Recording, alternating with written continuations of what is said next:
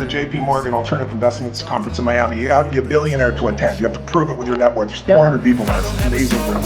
Right now, you're the number one hedge fund guy in the history of the world. You need a $5 billion net worth and $100 million to want to really protect people, but more importantly, show them how a crash is one of the greatest economic times in your life, if you're prepared for it, to leapfrog from where you are to where you want to be. So if you're a millennial out there and you got all this debt in school still, it's crazy. I know how stressful it must be for you. Bottom line is, you can literally jump during this time. Or if you're a baby boomer, you can get started for way too late. They think it's too late. It's not too late in these situations because the corrections provide opportunities like never before. And people just aren't prepared for it. So I have a partner in here with, he's been rated the only man in history rated the number one financial advisor in the United States 3 years in a row by Barron's, 2 years in a row by CNBC, and this year Forbes just came out with the first listing number one. So I want people to know I'm his partner, I'm on the board of directors, but he's grown his business from nothing in basically 2008, grew to $2 billion during the worst economic time because he warned everybody, there's going to be a crash. Here's what you're going to do so you don't lose money, and here's what you're going to do so you make more money during the crash than anybody imagined. So with no advertising, we'll $2 billion. Now I joined him a year ago with partners with $17 billion, and we're now at $23.5 billion in assets because this guy knows what he's doing. So I took the best of what I learned from the 50 best investors in the world. Warren Buffett, Ray Dalio, Carl Icahn. My whole focus here is to destroy the fear with real results, with a real strategy, make this playbook, and get people so they can really win. First of all, trying to time the market.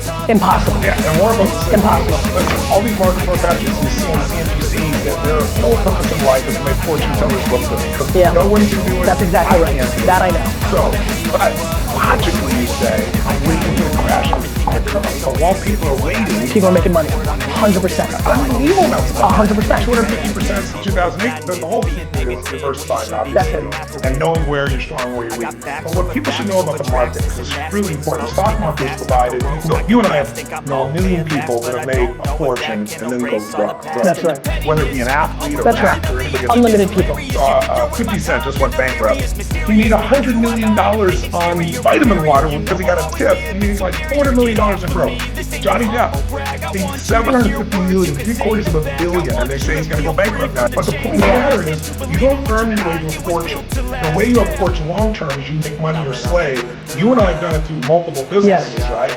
But the other way to do it is through the investing. I always tell people now how great your business is. You should have a money machine on the right side of you with no employees, with no moving parts. It takes 15 minutes a year once you know what to do. That's what this is. Let's talk about the market for a second. People wait to try to time the market. So watch this. And first of all, you get a correction every year. People are overreacting. I tell people the market never took a dime from anybody. Only you did that because you got fearful. So last year, since 1900, 116 years, we've had an average of one correction a year. Correction, by the way, for people who don't know, is goes from a market high, you drop by 10% up to 19 and 99%, because 20% or more becomes a bear market or effect. So we get one of these every year. So last year in January, worst January in the history of the market, remember, $2.2 trillion meltdown. People are freaking out, market drops 900 points in a day. All the wealthiest people in the world are dumbbells. They interview Ray Dalio, the number one hedge fund guy in the history of the world. Now, large hedge funds, 15 billion, he's 165 billion. You need a $5 billion net worth and 100 million to talk to him. I got him to share with me. They put him on TV, they say, what do we do? Is the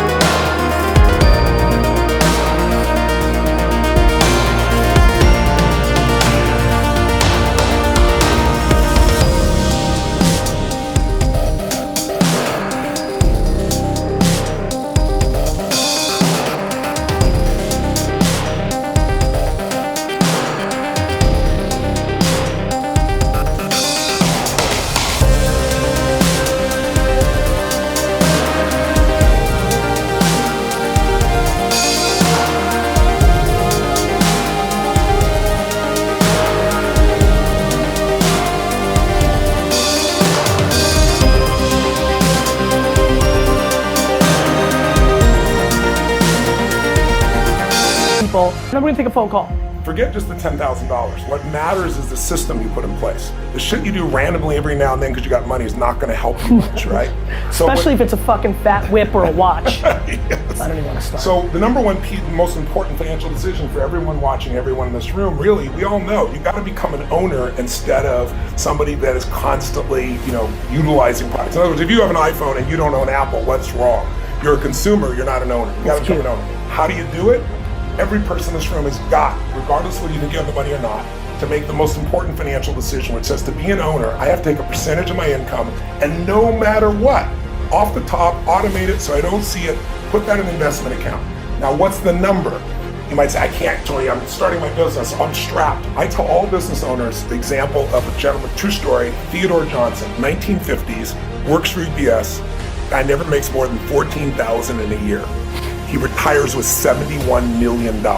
He gives away $35 million while he's still alive. Good. How is that possible? A friend of his did what we're teaching. Comes to him and says, I'm gonna make you rich. He goes, I'm not rich, I make 14 grand a year, right? He said, I'll make you rich and I'm gonna put 20% tax on you. He goes, what are you talking about? I can't pay my bills as it is. He said, listen to me. Adjust. If the government gave you an additional 20% tax, you'd bitch, you'd yell, you'd scream, and you'd pay it because you have to and your brain adjusts. But that money goes in this investment account. The compounding of that account made him $70 million and he never made them $14 million. Andy, do you have Facebook stock? Because of all the chatter we always have in here? Like, that's the punchline, right? Like, we know, because we live in this world for the last 3 years, I've been yelling, and Andy will tell you, just buy, we know Facebook's underpriced. Like, that's even narrow. Here's what you gotta be careful of. And this is something Ray Dalio taught me when smartest man on the face of the earth. He said, Tony, I don't care what it is you know. You're gonna invest in what you know because you have certainty. Of course. Right?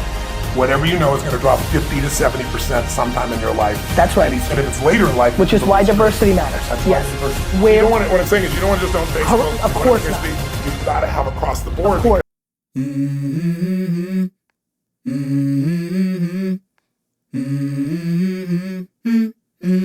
Let's go.